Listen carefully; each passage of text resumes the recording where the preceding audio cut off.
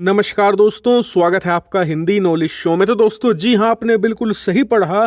चीन ने राफेल लड़ाकू विमान मार गिराया है, वो भी एक दो की संख्या में नहीं, ना ही एक दर्जन, उससे भी ज्यादा करीबन 17 राफेल लड़ाकू विमान इन्होंने मार गिराए हैं। यानी कि एक वायुसेना के अंदर जो एक स्क्वाड्रन होती है जिसके अंदर 17 से लेकर 18 लड़ाकू विमान होते हैं, इन्होंने पूरी की पूरी एक वायुसेना की स्क्वाड्रन ही खत्म कर दी है। और साथ ही ये भी दावा किया है कि ये काम ना तो किसी हमारे मिसाइल डिफेंस सिस्टम ने किया है, ना ही किसी रडार या इंटरसेप्टर ने, बल्कि ये काम कर दिखाया है चीन के J-20 स्टेल्थ लड़ाकू विमान ने। लेकिन चीन के इस दावे से बहुत सारे सवाल भी खड़े हो रहे हैं कि चीन ने कौन से राफेल मार गिराए, किसके राफेल मारे हैं, या फिर किस प्रकार से मार कर गिराए हैं। तो निश्चिंत रहिए, सारे सवालों को मैं आपके जवाब दूंगा, साथ ही इस पर भारत का जो रिएक्शन है वो भी बताऊंगा। चलिए बिना टाइम वेस्ट की वीडियो को फटाफट शुरू करते हैं। तो दोस्तों, जैसा कि आप देख सकते हैं, चाइनीज मिलिट्री का दावा है कि उसने एक सिमुलेशन में भारत के करीबन 17 राफेल लड़ाकू विमान मार गिराए हैं। सिमुलेशन क्या होता है?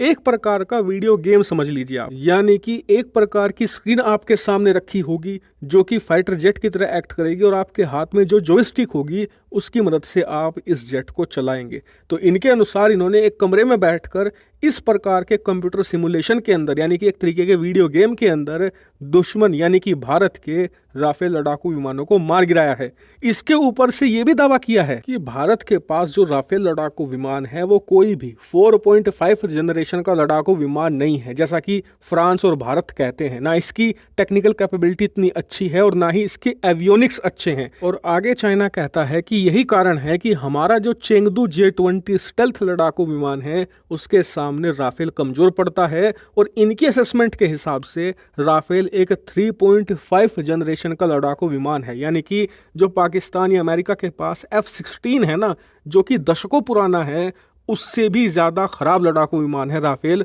अकॉर्डिंग टू चाइनीज एक्सपर्ट और चाइनीज मिलिट्री। लेकिन यहीं पर मैं एक छोटा सा सवाल पूछना चाहता हूं चाइना और उनके एक्सपर्ट से कि चलो मान लिया तुम्हारा J-20 बहुत शानदार है, हमारा राफेल एकदम खराब है, तुम ही वर्ल्ड में बेस्ट हो, लेकिन जब हमारा राफेल इतना खराब है तो उसके खिलाफ तुम्हारी सेना इतनी तैयारी कर क्यों रही है? भाई सिमुलेशन प्रोग्राम रन किए जा रहे हैं, आप सिमुलेशन में बैटल कर रहे हो, बड़े बड़े पेपर छापे जा रहे हैं, एक्सपर्ट बयान दे रहे हैं। भाई जो चीज़ कमज़ोर होती है उसके अगेंस्ट तो ऐसा नहीं होता, जो चीज़ मजबूत होती है उसी के खिलाफ तो आप ऐसी तैयारी करते हो। इसे आप कुछ ऐसे समझिए कि हाल ही में भारत की क्रिकेट टीम को 2 सीरीज खेलनी थी।